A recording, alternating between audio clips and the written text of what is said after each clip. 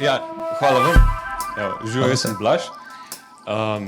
In zdaj imam tako. Klemen, tebe sem doskrat slišal govoriti, da tako, doskrat si rekel, da je sreča odločitev. In tega iskreno nimam pojma, kva govoriš. In tako da ful bi tako ocenil, če mogoče malo to elaboriraš, pa kva si videl mislite o temu. Tako.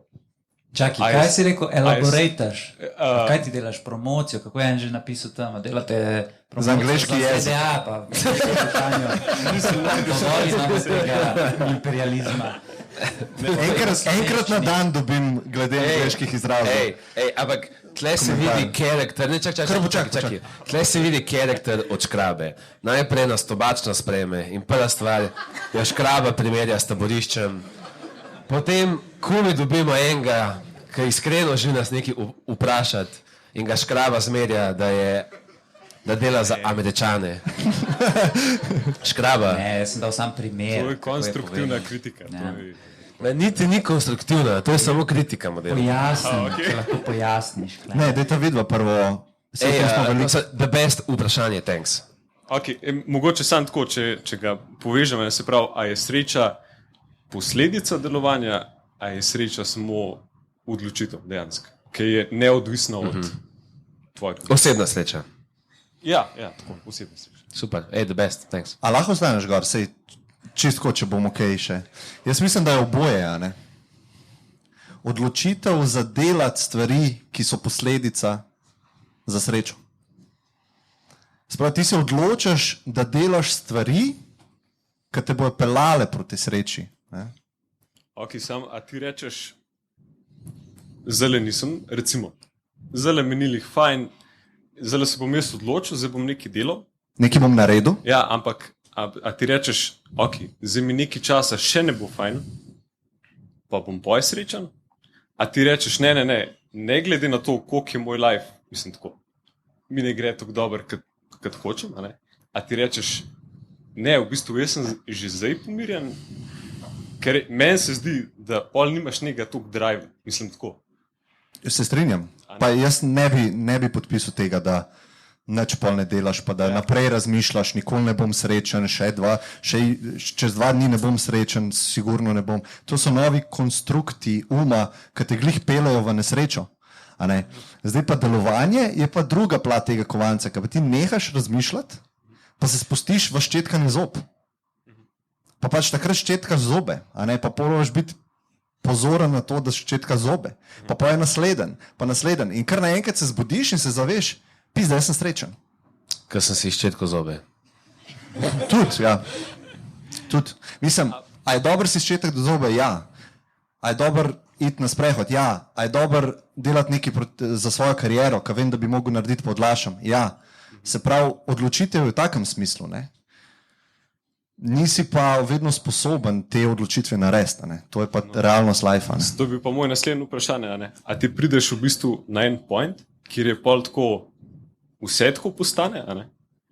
Kokar v vsem uživaš tok, a ne?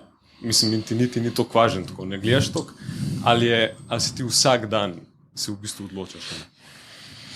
Ja, mislim, to je malo kočljiva situacija zdaj, ker karkoli bi rekel je narobe, a ne? Ker je spet razmišljanje zraven. Jaz mislim, da je razmišljanje, saj pri ljudeh, ki vidim, ki trpijo, je ponavadi posledica prevelikega delovanja procesorja. Osebno meditirati. Ja, mislim, ščetkanje zob.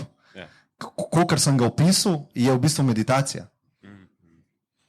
A veš, ne ločuješ več, zdaj sedim, tako kot Jani pač ne more sedeti, ampak on je lahko prezent v nečem drugem. Ne?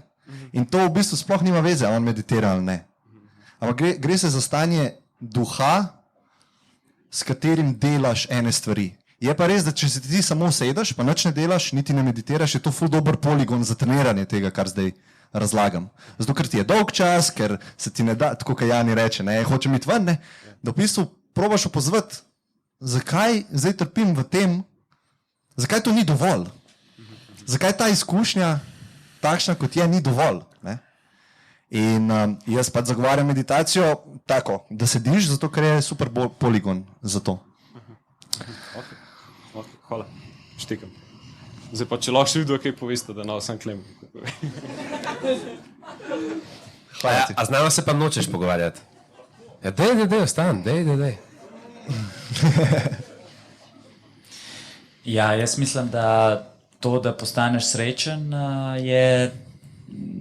je povezano s tem, da si nesrečen. Ne moreš imeti samo enega stanja. Ne? In tudi, ko se mi zdi, da so vse dejavnosti človeške s tem povezane. Ne? Se pravi, če hočeš ti, lepo postavo, moraš najprej malo trpeti za to. Pravilno jesti, hoditi v fitness. In po mojem imaš ful veliko možnosti, da neko hitro srečo dobiš, ki ti tisto neko stanje, v katerem si, ki ti ne paše, za kratek čas poprava. Ne vem, greš na social media, pa si takrat malo poješ nekaj sladkega, pa si malo. Se pravi, to, kar Klemen govori, poceni dopamin.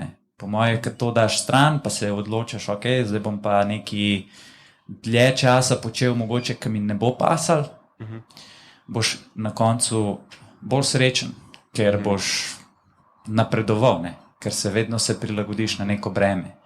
Tako da jaz mislim, da če se tega zavedaš, da moraš početi dosti stvari, ki te nekaj časa ne bojo osrečevale ali pa ti grejo na živce, da boš pol lahko dosegel neko srečo. Tako da ne. Tudi jaz to dostakrat povezujem s kariero, marsikaj moraš narediti, ki je za nek višji cilj. Ne.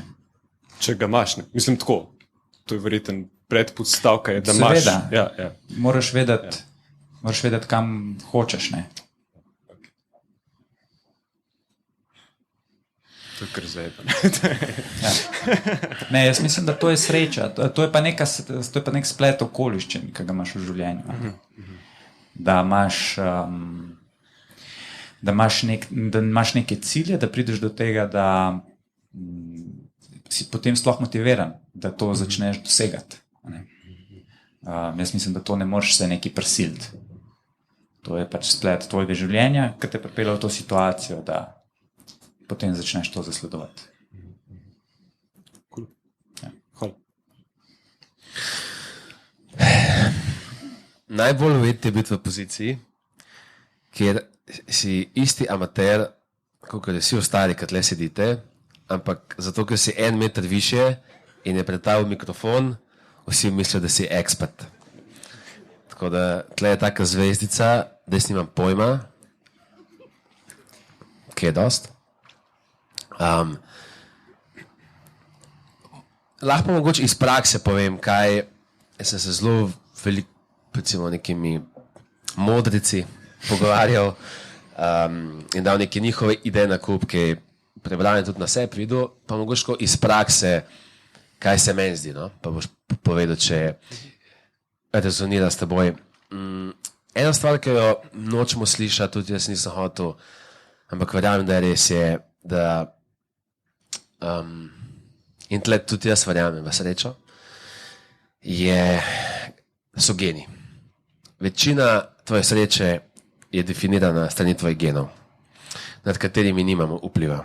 In zato ste tle nekateri, ki imate malo več sončnih dni, in nekateri, ki imate malo manj. Ampak jaz mislim, da zelo velik del so geni.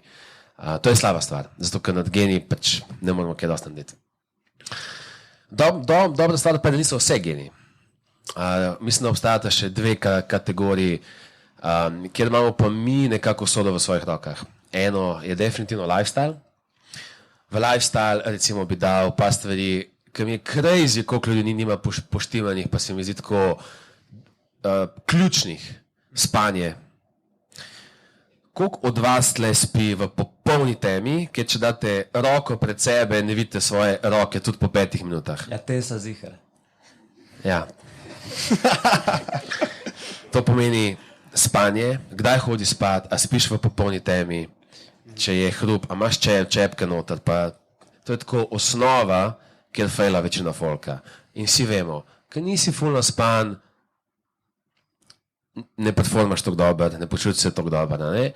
Ampak tle je 5%, 10% razlike, ki pa ne začutimo, če pač mal nismo v temi spali. In tle je huge, tisti, ki imate ringe, ure, se lahko to zmete, tema je huge. To ni spanje, to ni prvi sklop, ki nima veze z geni, bi jaz rekel spanje, dieta. Zdaj je poletje, zadnji sem se pogovarjal s to punco, ki je marketing manager na Voltu in me ful zanimalo tako, kaj Slovenci jemo. In celo, kaj je bilo najbolj fascinantno je to, da healthy food se prodaja na začetku tedna pa v začetku dneva. Vikendi pa tam po 5, 6 noben ne je več healthy fooda. Kar dosti pove o nas. Ja, vsi festa, ja, je rekel. I hope so. Ampak ne vem, zakaj pa spajka hamburgerji po 6 zvečer, pa vikendi. Tako da je spanje, food, tretja stvar je pa okolje, v katerem živiš. Tle noter bi dal definitivno, mislim, že to, da si v Sloveniji, si del sheku, da nisi zdaj v Siriji ali pa Venezueli in tako naprej. Kaj pa marsikdo ne sheka, je folk, s katerim se obkolimo. In mislim, da je to ful pomembno, glede na to, kako srečo doživljaš day to day. In to tudi vpliva potem na to tretjo kategorijo, kaj pa mindset. V vsako življenje pade dež. Tam, kad dež ne pade, ni življenja. V Saharo dež ne pade. In vsi vemo, koliko manj življenja je tam, kot v nekem deževnem gozdu. In tudi v tvoje življenje, v moje, v naše, bo padlo še veliko dežja. In mindset je pa tisti. Jaz sam... Ta moj message bi bil ful resen, če ne bi imel te dva...